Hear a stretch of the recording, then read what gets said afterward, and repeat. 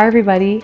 Today we're diving into two critical elements of cybersecurity preparedness: the incident response plan and the business continuity plan.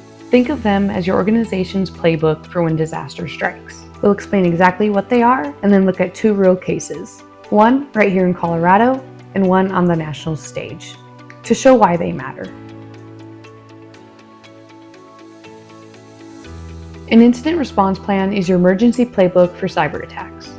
It's the step-by-step guide your team follows the moment a disaster or an attack happens. It covers things like who gets called first, who makes the big decisions, how you contain the damage, and how you communicate with employees, customers, or the public. If a cyber attack is like a fire, then your incident response plan is your fire drill. Everyone knows where to go, who to call, and what action to take so panic doesn't take over. If you only create one plan, make it an incident response plan. It's the minimum every organization should have. A business continuity plan answers a different question. How do we keep running even while systems are down? It's your backup plan for staying in business when disaster strikes. For a city, that can mean emergency services keep running. For a company, it might mean payroll and customer support never stop. If the incident response plan is about fighting the fire, the business continuity plan is about keeping the lights on while you rebuild. Both are powerful, and it's best if you have both in place so you are well covered during an attack or a disaster. In August 2022, Fremont County here in Colorado was slammed by a ransomware attack.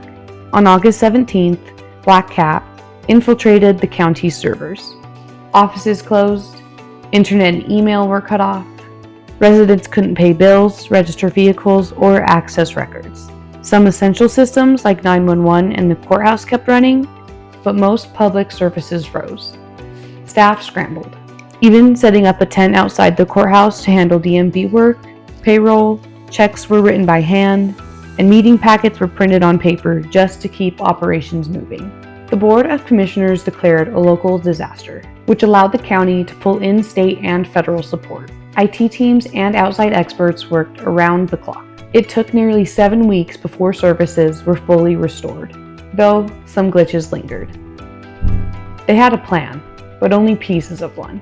Recovery depended on outside help, emergency workarounds, and a lot of patience from the community. Fast forward to July 2025.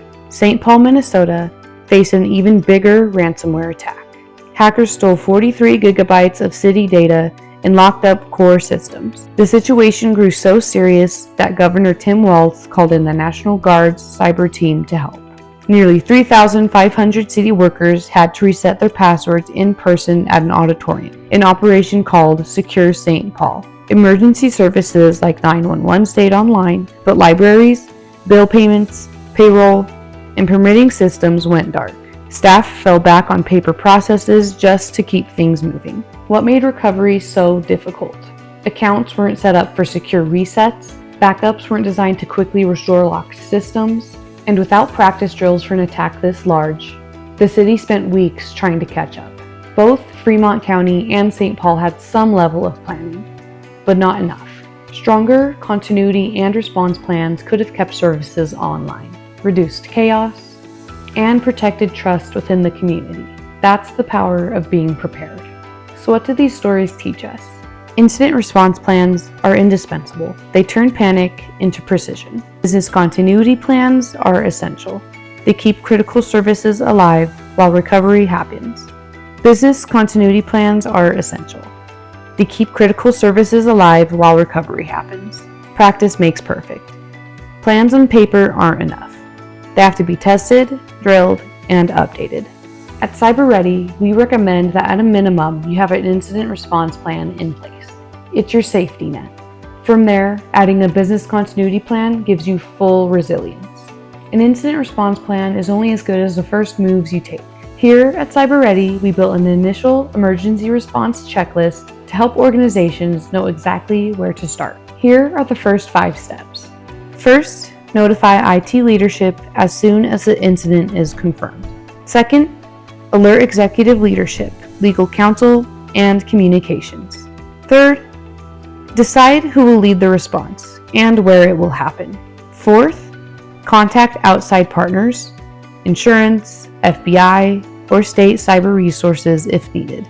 And fifth, launch secure communications and prepare clear messaging for staff and the community. These may sound simple, but in the middle of an attack, clear steps prevent panic and keep everyone moving in the same direction. Without them, small mistakes can turn into weeks of downtime. Fremont County and St. Paul both show us what happens when response is only half in place or unprepared. The checklist you just saw is part of a bigger strategy. Your incident response plan makes sure you react fast and effectively. Your business continuity plan makes sure your organization keeps on running throughout the chaos. Here at Cyber Ready, we've made our initial emergency response checklist available at our website linked below, free for Colorado organizations to adapt and use. So here's the challenge. Take a look at your own organization. If a cyber attack hit tomorrow, could you check off those first 5 steps without hesitation? If not, let's fix that together. Visit our website, grab the checklist, and take the first step towards being cyber ready.